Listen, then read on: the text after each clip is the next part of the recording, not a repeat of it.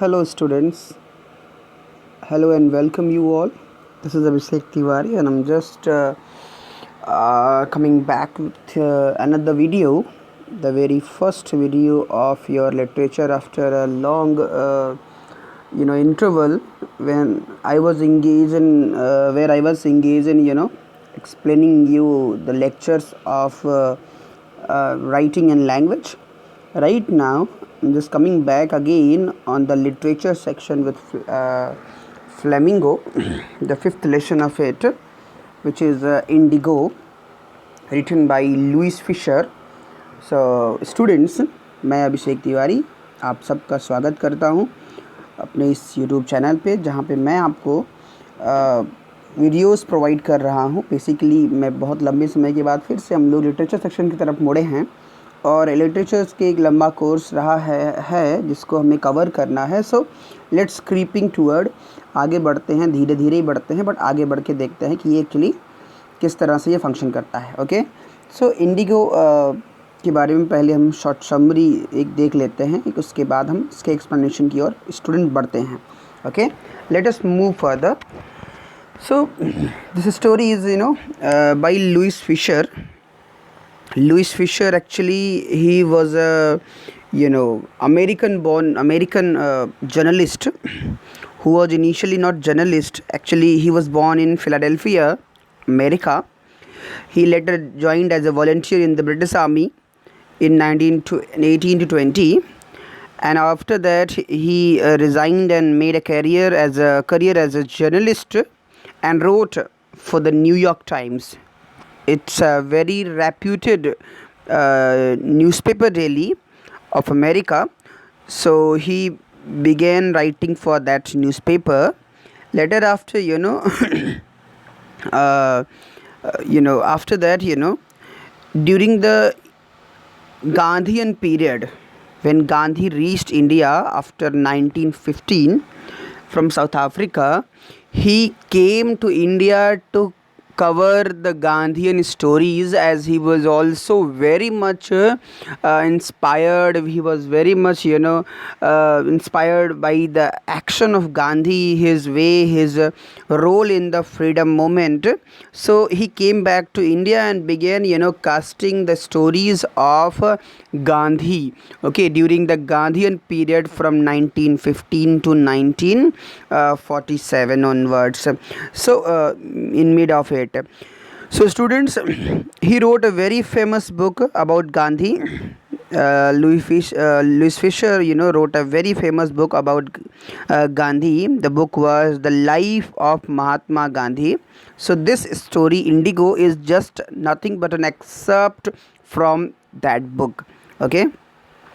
So this book, the book has been reviewed as one of the best book ever written on Gandhi by Times Education Supplement, and after surveys, after many surveys, very reputed supplement, Times Educational Supplement, has declared that this book, The Life of Mahatma Gandhi, has been reviewed as one of the best books in the world. Okay, so this was the contribution of Louis Fisher. But right now, students, I'm going to explain you the summary of it. बच्चों, अब हम लोग इसकी summary को study करते हैं. Hope आपको Louis Fisher के बारे में थोड़ा सा मालूम हुआ होगा. लुइस फिशर के बारे में बताना इसलिए इम्पोर्टेंट था क्योंकि वो एक फॉरेनर थे और उन्होंने गांधीयन मूवमेंट को स्पेशली टेलीकास्ट किया था. गांधी जी के साथ वो लगातार उनके मूवमेंट्स में रहे. बहुत बारीकी से उन्होंने गांधी जी को इंटरव्यू किया था और बहुत ही ज़्यादा उनके बारे में डिटेल उनको मालूम थी. इसीलिए उन्होंने उनसे प्रभावित होकर गांधी जी के ऊपर एक बुक भी लिख दी थी. Okay, alright, so let's move toward the summary of it. Indigo, here students, in the summary we are going to assist a student in learning about the chapter in a summarized version. Okay, first of all, let us see. Indigo is about how Mahatma Gandhi struggled for the underprivileged peasants of Champaran. बहुत ही famous story है 16 और 70s की, 1916 and 17 की. वहाँ पे आपने चंपारण सत्याग्रह के बारे में सुना होगा। चंपारण बिहार का एक ज़िला है। ओके, सो चंपारण में जो अंडर प्रिविलेज्ड फार्मर्स थे, पीजेंट्स थे उनके लिए, उनके ऊपर हो रहे टॉर्चर्स को लेकर के चंपारण में गांधी जी ने सत्याग्रह किया था। They were the share croppers with the British planters. Actually indigo वो जो वहाँ के वो थे पीजेंट्स थे, वो शेयर क्रॉपर्स हुआ करते थे, साझेदार किसान जैसे करके, जो बेसिकली प्रोड्यूस किया करते थे अंग्रेज़ों के लिए, शेयर में अंग्रेज़ों के लिए प्रोड्यूस किया करते थे, ब्रिटिश बड़े बड़े प्लांटर्स के लिए प्रोड्यूस किया करते थे। The peasants used to live a wretched life and were under an agreement to grow indigo. किसान बहुत ही माइजरेबल कंडीशंस में रहते थे और उन्हें एक कंडीशन के तहत, एक एग्रीमेंट के तहत उन्हें उन ब्रिटिश प्लांटर्स के लिए, बड़े बड़े प्लांटर्स के लिए उन्हें इंडिगो अपनी खेत के एक बड़े हिस्से में उन्हें इंडिगो बोना पड़ता था। ओके, मतलब अगर खेत का लगान नहीं देना है, टैक्स नहीं देना है, तो उसके बदले में आप हमें इंडिगो प्रोड्यूस करके दीजिए अपने खेत के बड़े हिस्से में। ठीक है, तो ये इंडिगो का मतलब होता है नील। ओके, नील आप सब जानते हैं, नील टीनोपाल, लोग गांव में ऐसे बात करते हैं। टीनोपाल आता था बाज़ार में, एक कपड़ों को नीला कलर करने के लिए वाइट कपड़ों में लगाया जाता था, और इसका इस्तेमाल ब्रिटिशर्स जो थे अपनी जो उनकी बड़ी फैक्ट्रीज़ थी, कपड़ों की जो फैक्ट्रीज़ थी इंग्लैंड में, जैसे कि जो लॉर्ड्स वगैरह में थी, और इसके अलावा जो है तमाम ऐसी फैक्ट्रीज़ थी, उनके लिए वो इसका डाइंग में इस्तेमाल करते थे। यहाँ से इंडिगो ले जा कर के नील बना करके कपड़ों को कलरिंग और डाइंग करने में वो उसका इस्तेमाल करते थे। Okay, so this was the way. Indigo इसीलिए जबरन यहाँ किसानों से बोया, उनसे कहते थे कि आप इसको बोइए। Okay, so the after as Bihar has the landlord system, और बिहार में क्या था, वहाँ एक लैंडलॉर्ड सिस्टम फंक्शन करता था, जिसको हम जमींदारी प्रथा कहते थे बेसिकली, या जमींदारी, इस्तमरारी, ठीक है, उसको इस्तमरारी प्रथा भी कहते थे। और permanent settlement, okay, Lord Cornwallis की ओर से लगाया गया एक परमानेंट सेटलमेंट था, जहाँ पे ज़मीन का टैक्स लेने का जो ऑफिसर होता था, ऑथोराइज्ड होता था ऑफिसर, वो लैंडलॉर्ड होता था, जमींदार हुआ करते थे, जो उत्तर प्रदेश बिहार में बहुत फेमस था। लैंडलॉर्ड सिस्टम कहते थे उसको। इट वर्सेंड देयर कंडीशन, इसकी वजह से किसानों की कंडीशंस बहुत ख़राब हो गई थी। This Gandhi decided to fight against injustice. तो फिर गांधी जी को इसके बारे में इन्फॉर्म किया गया। गांधी जी को जब इन्फॉर्म हुआ, और उस दौरान गांधी जी कांग्रेस की मीटिंग्स में भाग लेना शुरुआत किए थे, पार्टिसिपेट करना स्टार्ट किए थे, तभी उनको एक चंपारण के एक व्यक्ति ने जाकर के अपनी कंडीशन सुनाई। उसके बारे में हम डिटेल में बताएंगे आपको। फिर उसके बाद जो है इन्होंने क्या किया, इन्होंने फिर गांधी जी ने डिसाइड किया कि वो इस इनजस्टिस के ख़िलाफ़, अंग्रेज़ों और लैंडलॉर्ड्स दोनों के ख़िलाफ़ लड़ेंगे। ओके, वो इस तरह से ही west war which lasted for a year to tackle the discrimination and got justice for the peasants। उन्होंने एक पूरी लड़ाई लड़ी, एक लंबा लड़ाई लड़ा, एक पूरे साल तक ये लड़ाई चली डिस्क्रिमिनेशन और इनजस्टिस के ख़िलाफ़, और फाइनली उसमें गांधी जी की जीत हुई। After that it helped the peasants become courageous and aware of their fundamental rights। और उन्होंने केवल उन लोगों को इंडिगो जैसी इनजस्टिसफुल प्लांटिंग और इस तरह की जो है बर्डन से केवल फ्री ही नहीं कराया, बल्कि गांधी जी ने लोगों को करेजियस बनाया, साहसी बनाया, और अपने अधिकारों के लिए अवेयर रहना सिखाया। Moreover Gandhi ji did not just work to tackle political और इकोनॉमिक इश्यूज़। इसके साथ साथ, इसके अलावा गांधी जी ने केवल पॉलिटिकल और इकोनॉमिक इश्यूज़ को ही केवल टैकल नहीं किया, केवल इन्हीं को सॉल्व नहीं किया, but he also took up social issues. उन्होंने चंपारण के लोगों के सोशल इश्यूज़ को भी रेस किया, उनकी सोशल कंडीशंस में भी बदलाव, अपनी आश्रम सिस्टम के थ्रू उनमें बदलाव लाने का प्रयास भी किया। He worked to provide them with education, health, hygiene and taught them self confidence. उन्होंने उनको इनके साथ साथ शिक्षा दिया, स्वास्थ्य दिया, हाइजीन कैसे हम रह सकते हैं उसको सिखाया, साफ़ सुथरा रहना सिखाया, जिसको स्वच्छ भारत आज हम कहते हैं। टॉट दम सेल्फ कॉन्फिडेंस, और उन्हें सेल्फ कॉन्फिडेंस में रहना भी सिखाया गांधी जी ने। Okay, all right, this is what is short summary students. Hope आपको ये समझ में आया होगा। Okay, now let us move further and let's see toward the explanation. Okay, all right students, let's move further. Okay, so let's begin it now. When I first visited Gandhi, ये Louis Fisher लिखते हैं, when I first visited Gandhi, okay, in 1942 at his आश्रम in Sevagram. वो कहते हैं कि जब हम 1942 में उनकी आश्रम में विजिट किए पहली बार, जब 42 मतलब कि भारत छोड़ो आंदोलन के दौरान, at his ashram in Sevagram in central India, he said I will tell you how it happened.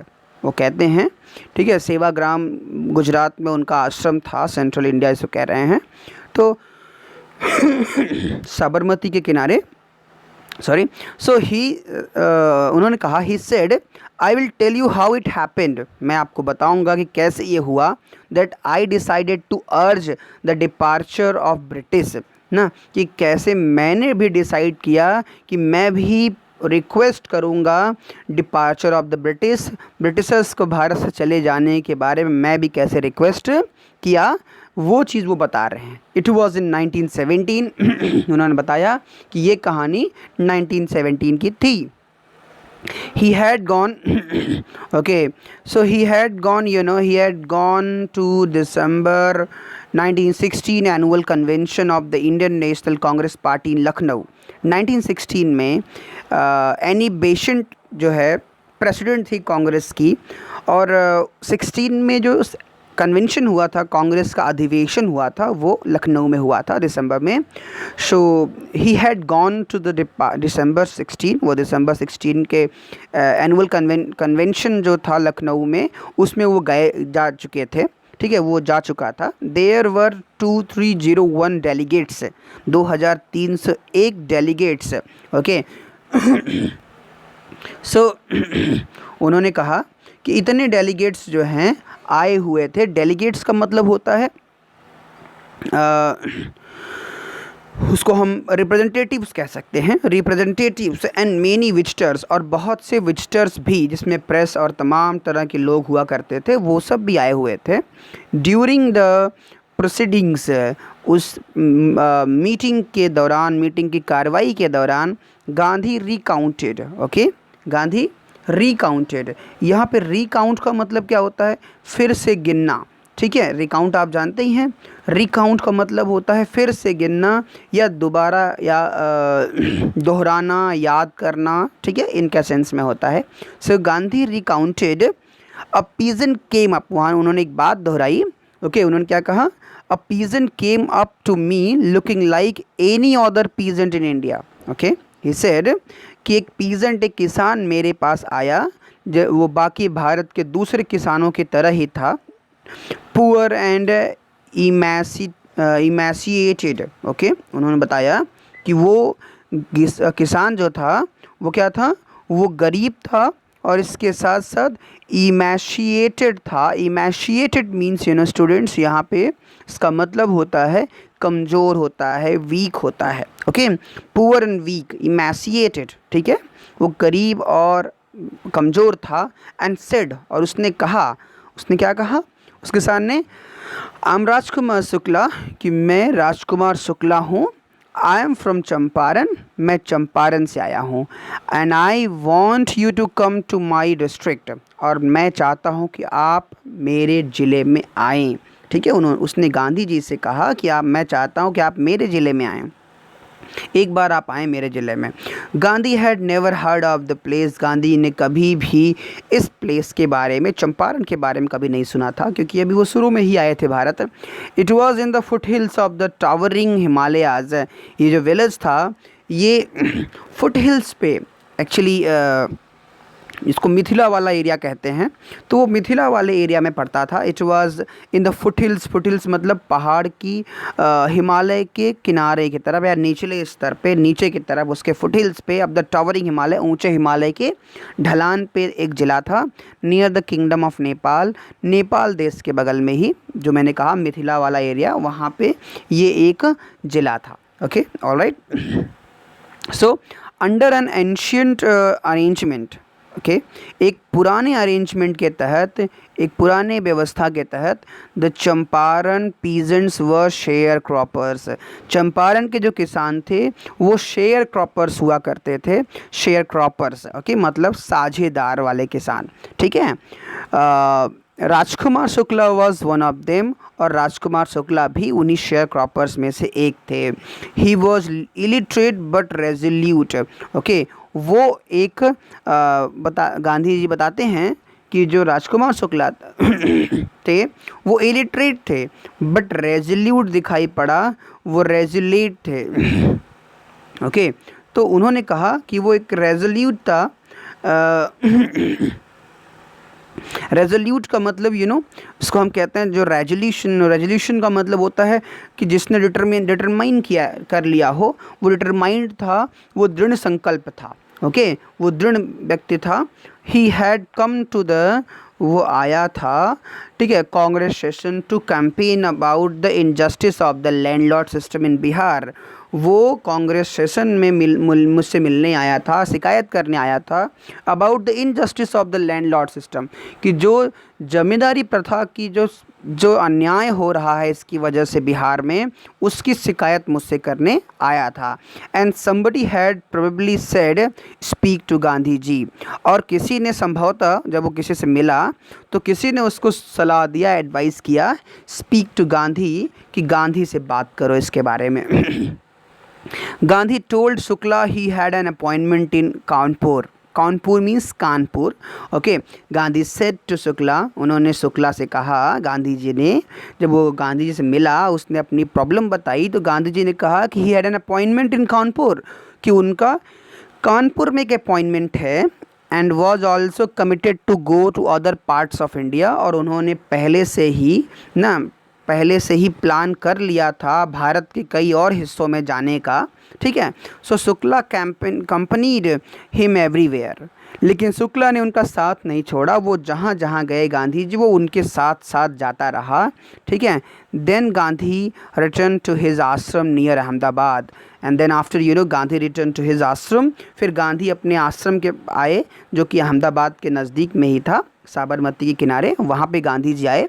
Shukla followed him to the ashram, Shukla उन्हें आश्रम तक फॉलो करते हुए आया। Okay, for weeks he never left Gandhi side, न गांधी साइड, और कई वीक्स तक उसने गांधी के साइड को छोड़ा ही नहीं। एंड सेड ही बेग्ड, उसने प्रार्थना किया फाइनली गांधी से कि फिक्स अ डेट, एक डेट फिक्स कर लीजिए गांधी जी, अब और मत दौड़ाइए, अब एक डेट फिक्स कर लीजिए। Okay, so this is what the explanation for today students. आज हम लोग अपनी एक्सप्लेनेशन को यहीं पे स्टॉप करते हैं। होप आपको आज का समरी एंड एक्सप्लेनेशन अच्छा लगा होगा। अगर आपको ये वीडियो पसंद आया तो प्लीज़ आप सब्सक्राइब करें वीडियो को, अगर आप नए हैं तो सब्सक्राइब करें, बेल आइकन को प्रेस करें जिससे कि आपको आने वाले वीडियोस के नोटिफिकेशंस मिलते रहें। आप वीडियो को लाइक करें, कमेंट करें, शेयर करें दूसरों को, जिससे कि वो लोग भी उस वीडियो को देख पाएँ और उससे बेनिवलेंट हो पाए, मतलब बेनिफिट ले सकें। Okay, so this is what my urge to you. Video पसंद आया हो so please like, share, comment, subscribe. Okay, this is what my urge, and please still watching. I'm again coming with the second video with it very soon. Okay, till then, see you next. Thank you. Have a good day.